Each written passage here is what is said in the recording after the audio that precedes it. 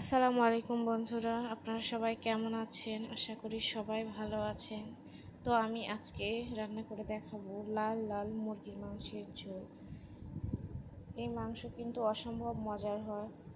তো আমি এই মাংস রান্না করার জন্য প্রথমে চুলায় একটা প্যান বসিয়ে দিলাম। প্যানে সয়াবিন তেল দিয়ে দিলাম পরিমাণ মতো। তো তারপরে তেল গরম হয়ে আসলে ওর মধ্যে দিয়ে দিলাম পেঁয়াজ কুচি আর রসুন। তো এগুলো আমি ভালো করে নেড়ে চেড়ে নিব। তো এখানে আমি গরম মশলাও দিয়ে দিলাম, দিয়ে আর একটু ভালো করে নেড়ে চেড়ে বাদামি রঙের মতো হয়ে আসলো। তো ওখানে আমি একটু লবণ দিয়ে দিলাম। লবণ দিলে পেঁয়াজ সফট হয়ে আসে আর তাড়াতাড়ি সিদ্ধ হয়ে যায়। তো আমি এ পর্যায়ে এখানে একটু পানি দিয়ে দিলাম যাতে পেঁয়াজগুলো পুড়ে না যায়।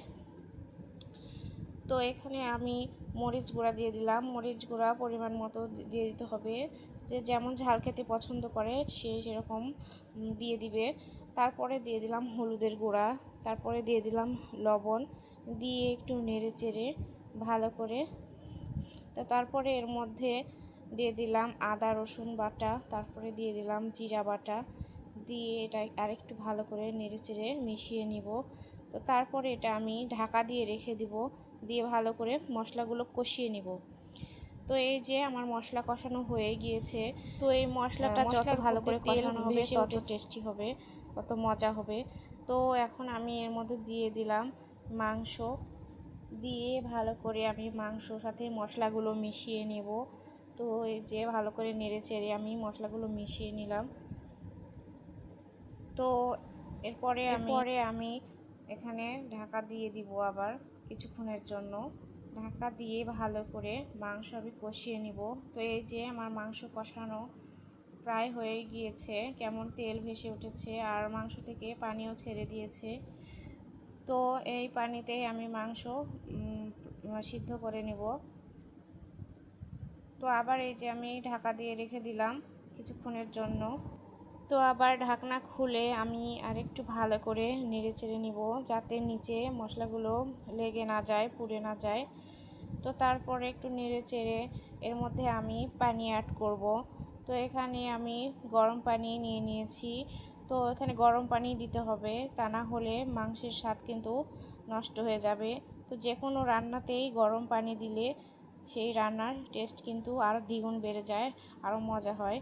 ঠান্ডা পানি দিলে সেই রান্নার টেস্ট একদমই নষ্ট হয়ে যায়। তো আমি এখানে সেজন্য গরম পানি দিয়ে দিলাম। তো এই যে পানি দিয়ে তারপরে আমি আবার এটা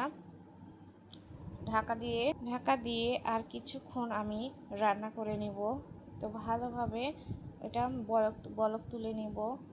তো এই যে আমার রান্নায় বলক চলে এসেছে। তো আমি এটা আবার ভালোভাবে একটু নেড়ে চেড়ে নিব।